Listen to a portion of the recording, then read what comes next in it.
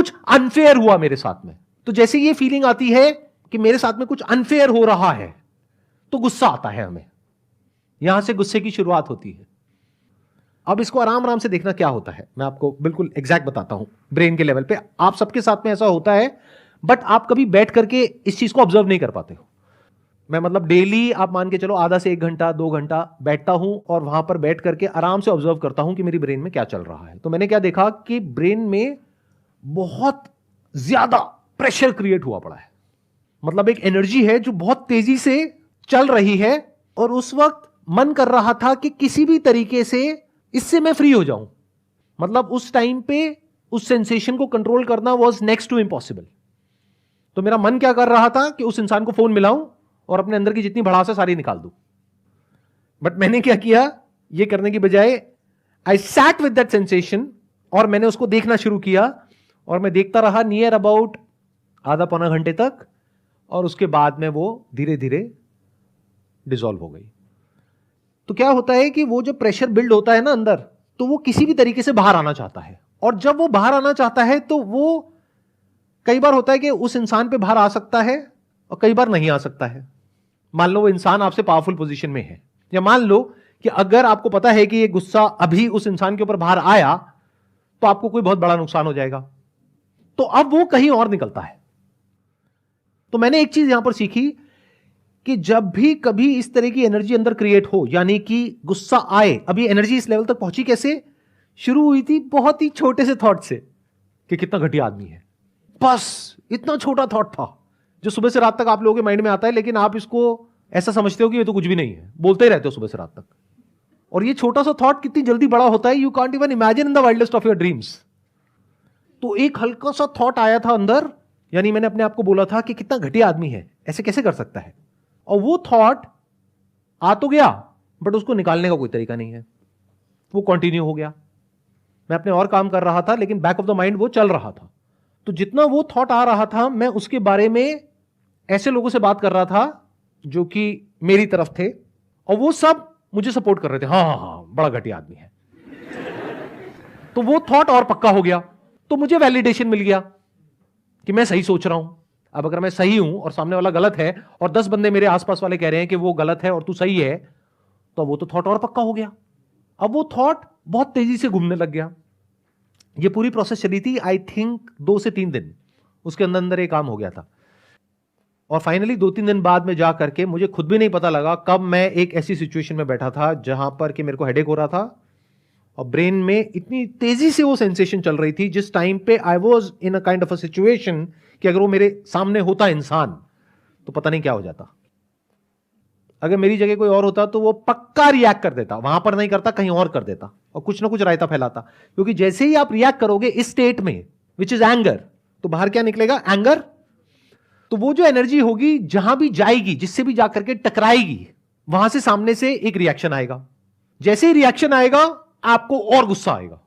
यानी उस गुस्से में अगर मैं उस इंसान को मैसेज कर देता कि तू ऐसा कैसे कर सकता है, तू कितना घटिया आदमी है, ये है वो है, कुछ ना कुछ रायता मैं जरूर फैलाता, तो सामने से कुछ ना कुछ रिएक्शन आता, और रिएक्शन आते ही मेरी जो साइकिल है ये और स्ट्रांग हो जाती, गुस्सा और बढ़ जाता, फिर मैं कुछ और बड़े लेवल पर रिएक्ट करता, फिर सामने वाला भी बड़े लेवल पर रिएक्ट करता।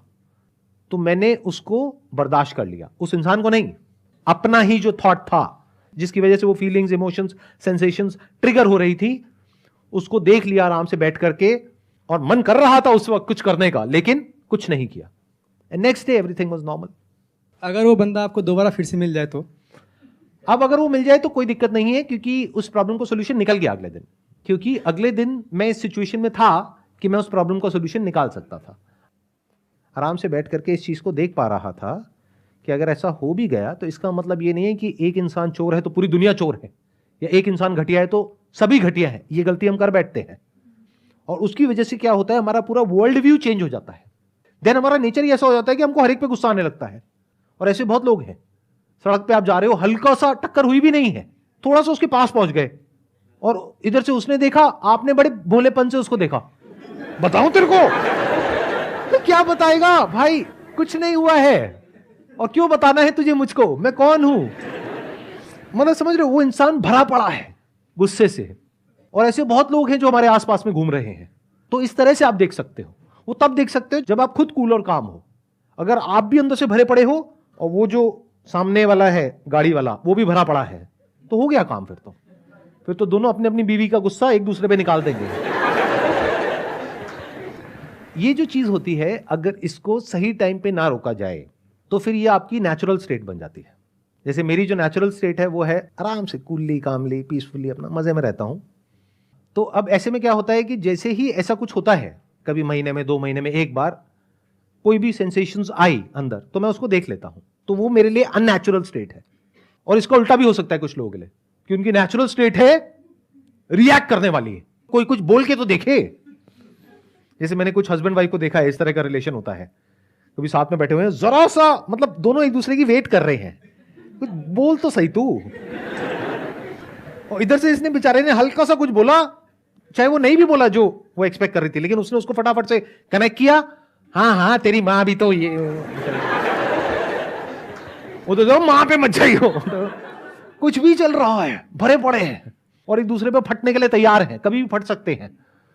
तो अगर आप ऐसा बनना चाहते हो तो दैट्स योर चॉइस, कोई बात नहीं, कोई नहीं रोक रहा आपको, फटो जितना फटना है फटो। बट याद रखना कि अगर कोई आपसे बड़ा फटने वाला मिल गया तो ब्लास्ट बड़ा भी हो सकता है, अनकंट्रोलेबल भी हो सकता है, और वो हो सकता है पूरी लाइफ के लिए आप रिग्रेट करते रहो। तो बेटर सोल्यूशन क्या होता है, जब भी गुस्सा आए, never say anything, never do anything, just bear it. उसको ऐसे देखो पेन की तरह, इट्स पेनफुल। जब भी हमको दर्द होता है तो हम चाहते हैं कि उस दर्द से हमको छुटकारा मिल जाए फटाफट से, चाहते हैं ना। और उससे छुटकारा पाने का हम क्या इलाज निकालते हैं कि अंदर जो भी चल रहा है जा करके सारा एज इट इज सामने वाले को बोल दो, बिना किसी फिल्टर के, बिना किसी लेयर के। बट हम सुनने को तैयार नहीं है। अगर सामने वाला भी बोल जाए तो गड़बड़ हो गई ना।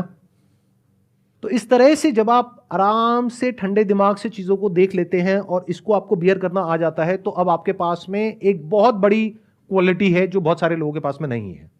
यानी जिस वक्त गुस्सा आ रहा है उस वक्त आप रिएक्ट नहीं करोगे, जिस वक्त सामने वाला गुस्से में है उस वक्त आप वहां से चले जाओगे। मतलब सिंपल से रूल है दो, कि जब सामने वाला जरूरत से ज्यादा गुस्से में है चुपचाप वहां से निकल जाओगे, निकल सकते हो तो। सर जैसे हम ऑफिस में काम करते हैं, हमारे बॉस ने मुझे कुछ बोला गुस्से में, तो हम काम छोड़ के भाग जाएं? नहीं, आप काम छोड़ करके नहीं भाग सकते। आप बड़े पोलाइटली उस बॉस को बोल सकते हो कि जो आप बोल रहे हो वो बात सही है, लेकिन कहने का तरीका ठीक नहीं है। सर उनसे कुछ बोल ही तो नहीं सकते। तो ऐसी जगह काम क्यों करते हो? और अगर ऐसी जगह काम करते हो तो यहां पर आकर के कैमरास लगे हुए हैं, वीडियो में ये सब क्यों बोलते हो? उससे कोई दिक्कत नहीं है सर, देख भी ले तो कुछ नहीं होगा। अभी तक तो उन्होंने देखा ही नहीं था, अभी इतना कुछ हो रहा था। अब जब देखेंगे तो पता नहीं क्या क्या होगा। कुछ नहीं होगा सर, क्या ही कर सकते हैं। आप धमका रहे हो उनको? नहीं सर, ये नहीं कहता, धमका नहीं। आप उनको चैलेंज दे रहे हो? नहीं सर। और कुछ कहना चाहते हो या हो गया? इससे ज्यादा और क्या ही कह सकते हैं। ये पार्ट आप रखना चाहेंगे वीडियो में, एडिट कर दें हम? तो सर कोई दिक्कत नहीं। कोई दिक्कत नहीं है? नहीं सर। सर आपने कहा कि मतलब आप गुस्से को मतलब एज अ पेन मतलब ले लो और फिर आप नेक्स्ट डे मतलब अगर उस बंदे से दोबारा मिलते हैं तो आप उसको कुछ नहीं कहोगे, बट ऐसा भी होता है फिर आप उस पर कभी ट्रस्ट नहीं कर सकते। मतलब मेरा क्वेश्चन एक्चुअली ये है कि अगर किसी रिलेशनशिप में आप ऐसा कुछ फेस कर रहे हैं तो वहाँ से मतलब क्या सोल्यूशन है फिर? रिलेशनशिप में तो होता है ये सब, और कहाँ होता है? देखो, अनजान लोगों के साथ में ये सब नहीं होता जो मैंने बात करी। रिलेशन में ही होगा ना, कोई आपका फ्रेंड होगा, रिलेटिव होगा, या ऑफिस में कलीग होगा, या कोई बिजनेस रिलेशन होगा, कोई ना कोई रिलेशन होगा, वहीं पर तो ये सब होगा। अनजान से क्या फर्क पड़ता है? अनजान से तो अगर थोड़ा बहुत हो भी गया तो तू अपने रास्ते में अपने रास्ते। तो अब सवाल उठता है कि क्या करें अगले दिन आप ठंडे दिमाग से पहले आप देखो सामने वाले की सिचुएशन क्या है, सही टाइम मिले बात करने का तो किसी और टॉपिक से करके फिर उस टॉपिक पर आप वापस आ सकते हो अगर आपको जरूरत लगती है तो। बट अगर आपको ये क्लियर है कि सामने वाला बंदा चोर है तो फिर बात करने का कोई सेंस ही नहीं है। अब तो बिल्कुल ऐसा है कि किसी की फितरत है मान लो काटने की, और आप जा करके उसको कह रहे हो कि भाई तू कुत्ता है, काटता है, वो और काटेगा क्योंकि उसके माइंड में वो कुत्ता नहीं है। समझ गए ना मैं क्या कहना चाह रहा हूँ? राइट। मैं इनडायरेक्टली बोल रहा हूँ क्योंकि किसी इंसान को कुत्ता बोलना अच्छा नहीं लगता, गाली होती है। तो एक्चुअली मतलब मैं जैसे जो बहुत क्लोज रिलेशनशिप्स होते हैं जहाँ से आप इजीली आउट मतलब आपके पास ऑप्शन नहीं है कि आप एकदम बाहर निकल जाओ, क्योंकि बहुत सारे सेंटिमेंट्स, बहुत सारे लोगों के इमोशंस जुड़े होते हैं। Like I am talking about husband और वाइफ का जो रिलेशन होता है, अगर वहाँ पे कॉन्स्टेंटली ऐसी चीज़ें हो रही हैं कि आप आगे फिर उन पे ट्रस्ट नहीं कर पा रहे हो, तो उस सिचुएशन में क्या करना चाहिए? ट्रस्ट सबसे जरूरी है एक रिलेशनशिप में, स्पेशली हस्बैंड वाइफ के रिलेशनशिप में। अगर आप अपने हस्बैंड पे ट्रस्ट नहीं कर सकते हो तो वो रिलेशन किसी काम का नहीं है। अगर आप अपने दोस्त पे ट्रस्ट नहीं कर सकते हो तो वो रिलेशन किसी काम का नहीं है। अब सवाल उठता है कि जो आप उस पर ट्रस्ट नहीं कर पा रहे हो वो आपकी अपनी प्रॉब्लम की वजह से हो रहा है या एक्चुअल में हो रहा है? एक्चुअल में हो रहा है। इफ यू से कि वो एक्चुअल में हो रहा है, डू यू हैव प्रूफ कि वो एक्चुअल में हो रहा है? इसको इस तरीके से देखो कि कल को अगर आपको कोर्ट में जाकर के उसके ऊपर केस करना पड़े तो कोर्ट में जाते ही आप किसी के बारे में कुछ भी बोल दोगे तो सबसे पहले कोर्ट क्या कहेगा? प्रूफ। प्रूफ क्या है? कोई भी आकर के कुछ भी बोल सकता है, किसी के अगेंस्ट भी कुछ भी बोल दिया। प्रूफ क्या है आपके पास में?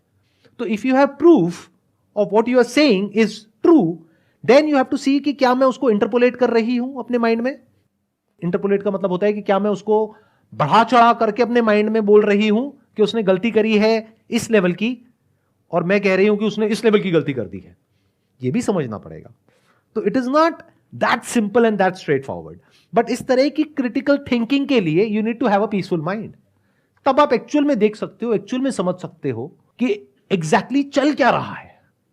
सर अगर कोई गलत कर रहा है आपके सामने और बार बार वही गलती कर रहा है, वो एक बार को हम चलो आपके कहने पे सर हमने मतलब करा भी है कि ठीक है गुस्सा आ गया, घर बैठ गए, फिर आता सामने फिर वही होता है बार बार, फिर बैठ गए, तो सर कैसे मतलब कैसे रोके अपने आप को? नहीं तो इसका मतलब आपने मेरी वीडियोस ध्यान से नहीं देखी। देखो मैं बताता हूं, मैं ये नहीं कहता कि अगर कोई आपके साथ में गलत कर रहा है तो आप चुपचाप बैठ जाओ और कुछ मत करो डर करके। मैं कहता हूं लड़ो, लेकिन शांत मन से लड़ो। अगर गुस्सा आ रहा है तो पहले अपने गुस्से को शांत होने दो। जब गुस्सा शांत हो जाए तब आराम से ठंडे दिमाग से लड़ो।